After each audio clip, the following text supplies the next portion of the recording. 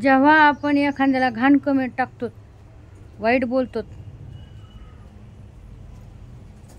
त्यावेळेस आहे ना आपण विचार नाही करीत बाबा ठीक आहे आपल्याला त्याचा राग येतोय कशाबद्दल का व्हायना, काही पण सांगतात की बाबा हे असेच करते ते तसेच करते मग हे असे काम करते. ज्याचं त्याचं हे ज्याचं म्हणजे त्याचं व्यक्तित्व आहे होय. कारण की आपल्याला संविधानामध्ये हक्क दिलेला आहे, अधिकार दिलेला आहे आपल्याला. जसे आपल्याला कपडे घालायचे तर आपल्याला जसं राहायचं तसं आपण आपल्या मनाने राहू शकतो होय भावना बहिणू. पण काही लोक आहे ना घाण घाण कमेंट टाकताय किंवा काही बोलताय. मला त्यांना एकच सांगायचं की बाबा हे बघा असं समजू नका की चला मी हिला एक कमेंट टाकली याला मी कमेंट टाकली, काय होणार नाही. एक सांगते भावना बहिणू, जेव्हा तुम्ही एखाद्या कचाट्यात बसतात ना, जेव्हा हे फेर फिरतोय नशिबाचा ते म्हणतात ना कर्म, जेव्हा फिरतंय ना आणि जेव्हा ते कचाट्यामध्ये बसतोय एक टायमाला ते माणूस पार त्याला सुटका नाही बघा, खरंच सुटका नाही त्याला.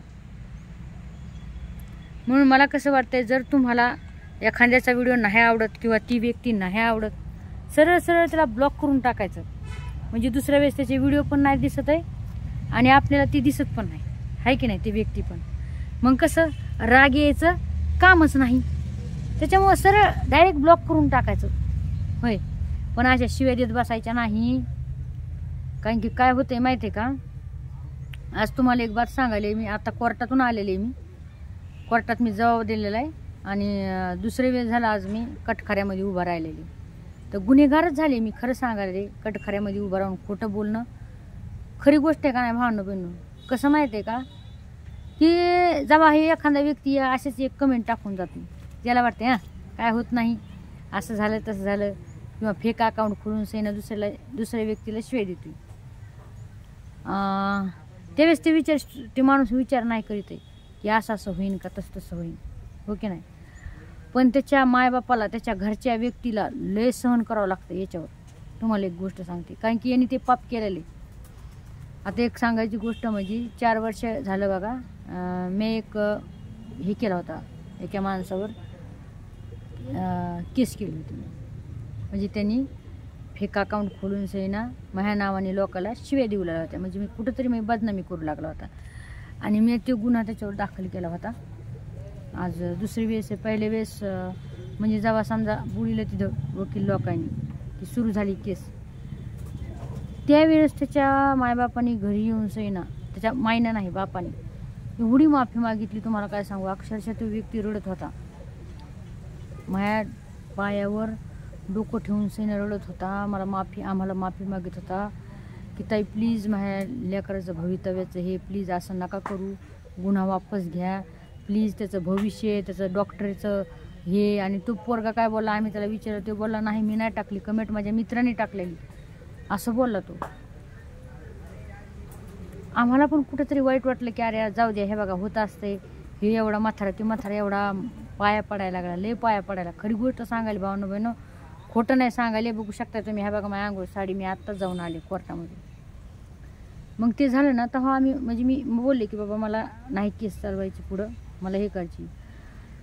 पण हे जे जज असताय आणि वकील साहेब असताय, वकिलाच्या हात तर काय नाही, पण जज जे असताय का लय हुशार असताय भावना बहिणं. तुम्ही किती का पण हे करा, त्याच्या नजरामध्ये एक झलक त्याच्यावाली ते समजून जातात. त्या ज्या जज साहेब होत्या त्यांनी माझ्याकडं एक नजर अशी बघितली अशी, आणि मी थरथर कापत होते खरी गोष्ट सांगायची भावना बहिणं. कारण की पहिलीच वेळेस हे असं मी कटखऱ्यामध्ये उभा राहिलेले होते आणि 4 वर्षाची बात सांगते. आणि कुठंतरी मला भीती वाटत, मी चाचरत होते बोलायला. असं तर आपण लय बोलतो बाबा असं तसं, पण जेव्हा आपण कोर्टामध्ये उभं राहतोय ती फिलिंग खूप वेगळी, फार भीती वाटते. कारण की जज साहेब राहत आहे समोर आणि फार म्हणजे मुताईचीच बारी येते. खरं गोष्ट सांगायला मी तुम्हाला, थरथर थरथर काप. लोक कसे काय निघत आहेत काय माहीत गुन्ह्यामधून वापस सनी ना, म्हणतात ना लोक काय होतंय खून करून वापस येतंय मागं, असं होतंय तसं होतंय. पण नाही भावना बहिणो, कायदा कानून लय डेंजर असते बरं काही. तर अक्षरशः त्यावेळेस आहे ना मी त्या जज साहेबांनी माझ्याकडे बघितलं, बोलल्या तुम्हाला दबाव आहे का कोणाचा, तर मी खाली मान घातली. त्या जज साहेब समजून गेले आणि एवढं पण बोलले, तुम्हाला गुन्हा वापस घ्यायचा आहे का, हे वापस घ्यायचं आहे का तुम्हाला केस. मी बोलले हा. मी अशी बोललो आणि खाली मान घातली, कारण की मला त्यावेळेस म्हणजे एक तर भीती वाटू लागली होती. आणि म्हणजे बघा, वाईट कमेंट करणारा दूर, पण आज आपल्याला खोटं बोलावं लागतं. याचा मला खूप म्हणजे खूप पश्चाताप होऊ लागला होता की बाबा आपण खरे आहोत, आपण सत्य आहोत, पण तरी पण आज आपल्याला इथं खोटं बोलावं लागायला लागलं ह्या व्यक्तीमुळं, की नाही बाबा याचं काय गुन्हा नाही, चुकून झालं. त्यावेळेस ती केस हे केली, पण त्या मॅडमनी आहे ना, म्हणून तुम्हाला सांगायला, जज एक नंबर असते बाबा, खरं सांगायला. जज साहेबांनी त्यांनी ती केस पुढं ढकलली आणि आत्तापर्यंत ती केस चालली. आता भावनाबहिणं खोटं नाही सांगणार आहे मी तुम्हाला. आता जर मला परमिशन असते ना तर मी त्या व्यक्तीचे तुम्हाला फोटो पाठवले असते. बन्नाखाली बसले, खोटं नाही बोलणार. अक्षरशः जो व्यक्ती पाया पडत होता का आपल्यावाल्या, तो आज 2 वर्षापासून दवाखान्यामध्ये, हॉस्पिटलमध्ये, त्याला नळ्या लावलेल्या, त्याच्या तोंडाला नळ्या लावलेल्या, त्याच्या लघवीला नळी लावलेली. आणि आज त्यांनी म्हणजे ते फोटो त्याचे व्हिडिओ काढून आम्हाला म्हणजे सेंड केला ना की बाबा बघा मग हालत अशी आहे. म्हणजे त्याला तर काही हे नव्हती, पण त्याच्या मुलांनी ज्याच्यावर गुन्हा दाखल केला आहे का त्यांनी ते व्हिडिओ काढून सही ना ते दाखवलं होतं. ते माणूस असा निसता असा पडला होता शांत. अक्षरशः मला इतकं रडायला आलं ना, तुम्हाला काय सांगू. भावनाबहिणं खोटं नाही बोलणार आहे मी. कधी आपण हे असे चाटगे हिटगे चाळे केलेले नाहीत. आणि असं लोकांवर गुन्हे दाखल करून, खोटे गुन्हे दाखल करून मी आपण कधी पैसा या असंच आपल्याला नाही.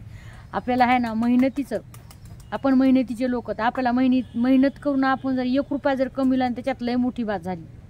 हे लाखोमध्ये, हजारोमध्ये, करोडोमध्ये खेळणारे लोक नाहीत आपण की खोट्या कपटी केसेस करा आणि त्याच्यावर गुन्हे दाखल करा नंतर ते पैसे घ्या. मी तसली नाही भावनाबहिणी आहे का.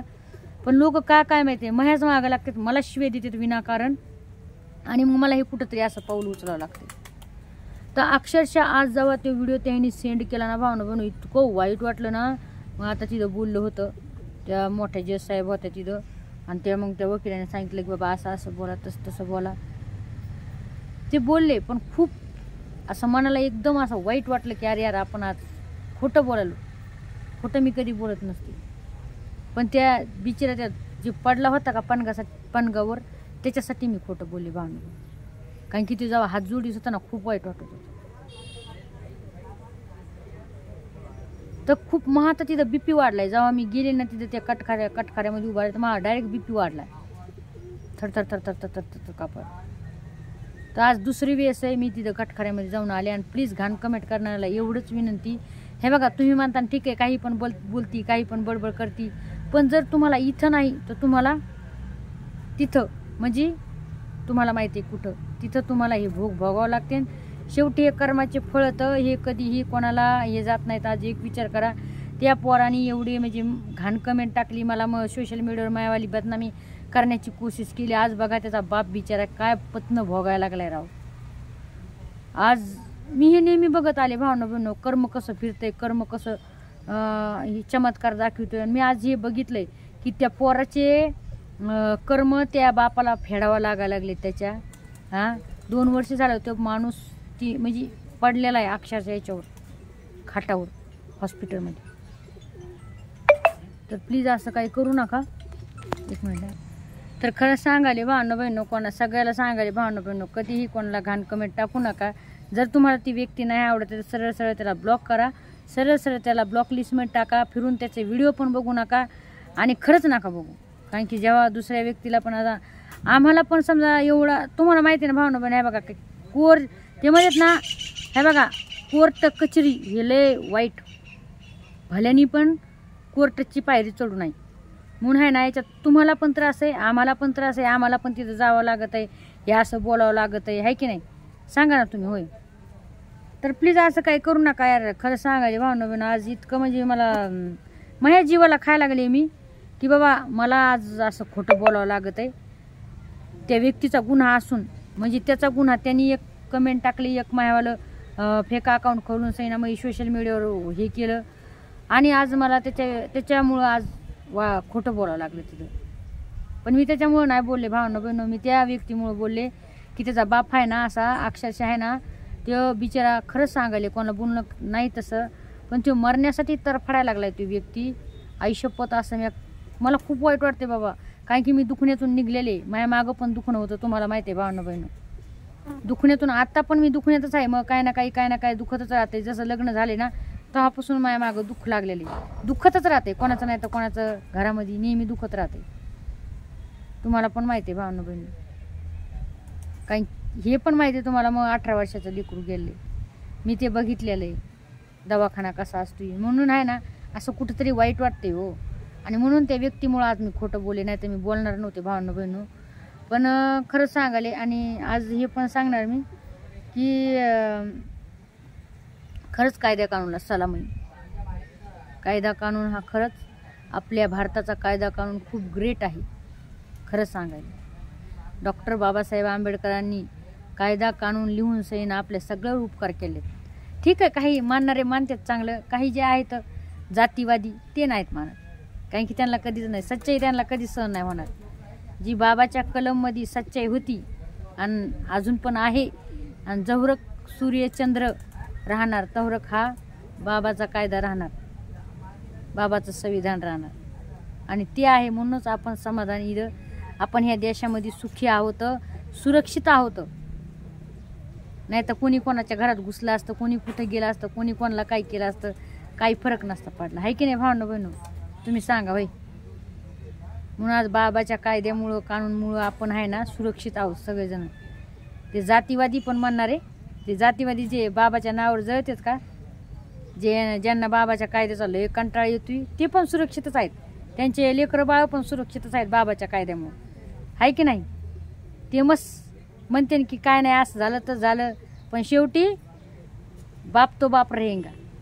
आहे ना. चला भावना पण एक कमेंट टाका आणि नक्कीच मला सांगा की मी बरोबर केलं का नाही, का मी गुन्हा केला बाबा एका गुन्हेगाराला वाचून. मला नक्कीच सांगा. लव यू सगळ्यांना. बाय. Take care. घ्या सगळ्यांनी काळजी.